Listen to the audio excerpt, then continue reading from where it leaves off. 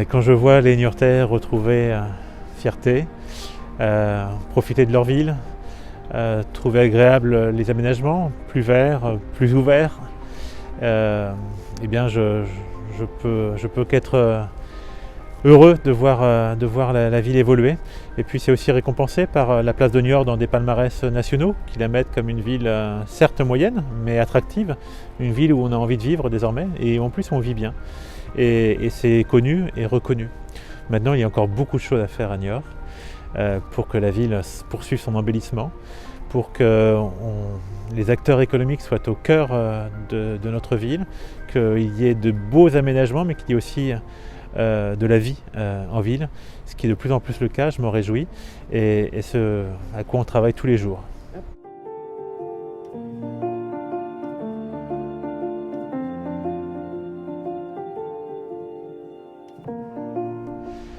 Les gros chantiers des 10 dernières années, bien sûr, il y a eu la Brèche qui a occupé 3 de mes prédécesseurs, depuis Bernard Bellec, puis Alain Baudin, puis Geneviève Gaillard.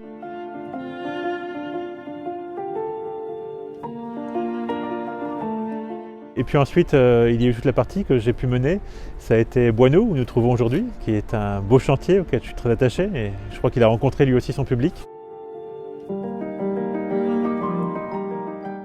La fabrique sera un lieu dédié à l'événement, à l'événementiel, avec une dimension culturelle qui ne devrait pas être négligeable. Puis j'espère au développement durable, puisqu'il y a beaucoup d'enjeux aussi sur le sujet en ville, mais aussi à Boineau. La ville est pleinement dans l'agenda 2030 des Nations Unies. Et puis la maison patronale, elle changera peut-être de nom, parce qu'elle deviendra un restaurant. Et je pense que ce sera un lieu aussi intéressant pour venir se retrouver de façon amicale ou professionnelle, mais en tout cas dans un cadre agréable et pour bien manger.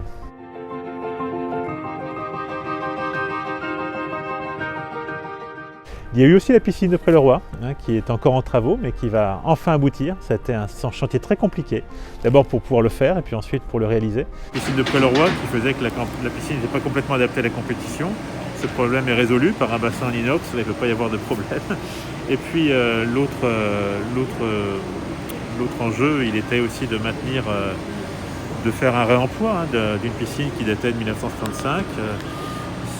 Certains, avant moi, s'étaient posé la question de savoir s'il ne fallait pas la mettre ailleurs. C'était en effet une possibilité qui aurait été plus coûteuse, mais surtout, ça aurait non seulement consommé un foncier, mais ça l'aurait fait quitter le centre-ville, ce qui n'était pas forcément la bonne opportunité. On a été dans une stratégie de parc naturel urbain où aujourd'hui on a un certain nombre d'équipements et la piscine de Près-le-Roi fait partie de cet équipement et de ce parc naturel urbain. Cette proximité avec les établissements scolaires est absolument essentielle.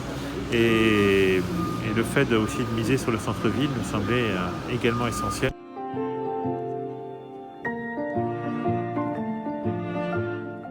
La médiathèque qui va être l'une des plus belles de Nouvelle-Aquitaine, puisque la seule en réhabilitation avec la scène nationale.